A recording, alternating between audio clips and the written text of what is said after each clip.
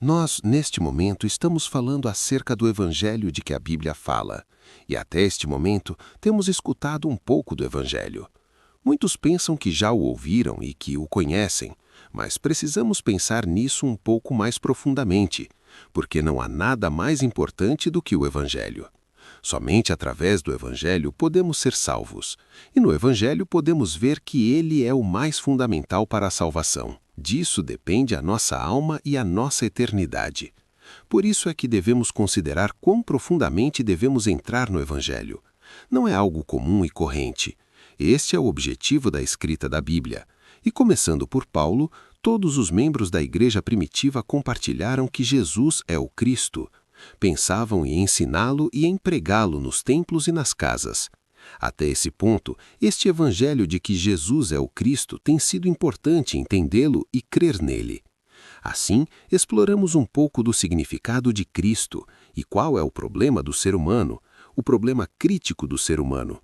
Para isso foi enviado o Cristo, para resolvê-lo. Então, que problema tem o ser humano para que esse problema seja resolvido? Eu creio que isso é uma revelação. Tenho que entender o problema fundamental do ser humano, e para entender isso, preciso entender como era o homem originalmente. Por isso é que nos tempos anteriores, vimos como o homem foi criado para estar com Deus, mas agora tem que se aproximar de Deus, porém foi dada uma aliança. O pacto é algo sumamente importante. É o que confirmamos. Neste tempo, então, esse processo no qual o pacto se perde, nós vamos ver.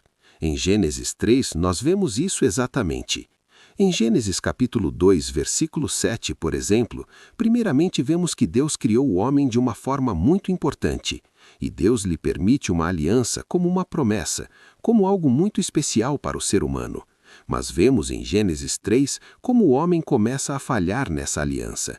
E primeiramente vemos o conteúdo que parece um problema muito grande. Em Gênesis 3:8, por exemplo, diz que eles se esconderam da presença de Jeová Deus entre as árvores do jardim. Em Gênesis 3:10, nos diz que eles se acharam nus e por isso tiveram medo.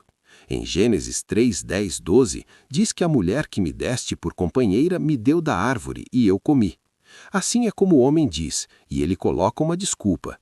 Ele culpa a mulher e também culpa a Deus que lhe deu essa mulher. Então vemos muitos problemas estranhos surgindo. Também em Gênesis 3:13, a mulher também diz, a serpente me enganou e eu comi. Também coloca a responsabilidade em outra pessoa. E como resultado, desde Gênesis 3:16 até o 24, vemos como Deus amaldiçoou o ser humano. Por que é que essas coisas acontecem? Isso podemos ver primeiramente na primeira parte de Gênesis 3. Como vocês conhecem muito bem, se vocês abrirem Gênesis 3:1, fala acerca da serpente. Gênesis 1:1, mas a serpente era astuta, mais do que todos os animais do campo que Jeová Deus havia feito, a qual disse à mulher, é assim que Deus disse, não comais de toda a árvore do jardim? Então aqui vemos como aparece a serpente. Quem é a serpente? Em Apocalipse 12:9 nos diz, e foi lançado fora o grande dragão, a serpente antiga, que se chama Diabo e Satanás, o qual engana o mundo inteiro, e foi lançado na terra. Diz que este é a serpente antiga. Em Apocalipse 22 diz, e prendeu o dragão, a serpente antiga, que é o Diabo e Satanás. Essa serpente antiga é Diabo e Satanás, nos afirma a Bíblia. Ou seja, não sabemos como apareceu exatamente, mas a Bíblia nos diz claramente que essa serpente antiga é Satanás. Assim, isso que é tão importante, este problema surge e ocorrem muitos problemas, mas o início desse problema é Gênesis 3:1. Nós sabemos que este é o início do problema, essa serpente antiga. Gênesis 3:6, e viu a mulher que a árvore era boa para comer, e agradável aos olhos, e árvore desejável para alcançar sabedoria. E tomou do seu fruto e comeu, e deu também a seu marido, o qual comeu assim como ela. No final foram enganados por essa serpente antiga, Adão e Eva. Eles quebram o pacto e comem dessa árvore do conhecimento do bem e do mal. Eles pecam, eles chegam a pecar. Foram enganados por Satanás e o homem assim é como pecou. Em Gênesis 3:23, 24, diz que Jeová Deus o lançou fora do jardim do Éden para que lavrasse a terra de que fora tomado. Expulsou, pois, o homem e colocou ao oriente do jardim do Éden querubins e uma espada flamejante que se revolvia por todos os lados para guardar o caminho da árvore da vida.